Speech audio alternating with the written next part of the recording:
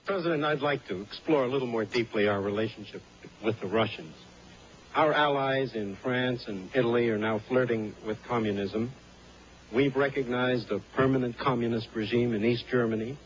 We've virtually signed in Helsinki an agreement that the Russians have dominance in Eastern Europe. I'm glad you raised it, Mr. Franco.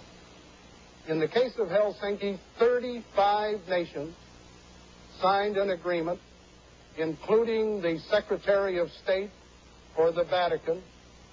I can't under any circumstances believe that His Holiness the Pope would agree by signing that agreement that the 35 nations have turned over to the Warsaw Pact nations the domination of Eastern Europe. It just isn't true. There is no Soviet domination of Eastern Europe, and there never will be under a Ford administration.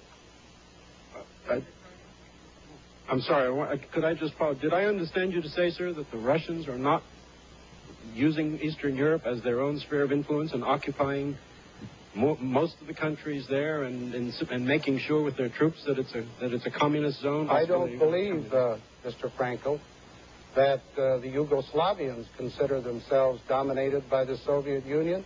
I don't believe that the Romanians consider themselves dominated by the Soviet Union. I don't believe that the Poles consider themselves dominated by the Soviet Union. Each of those countries is independent, autonomous. It has its own territorial integrity.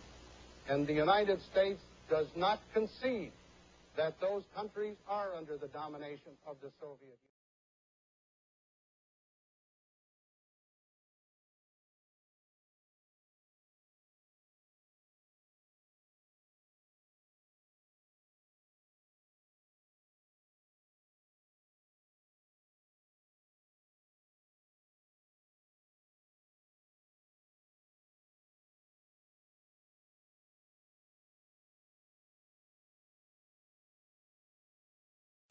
We have a question right here.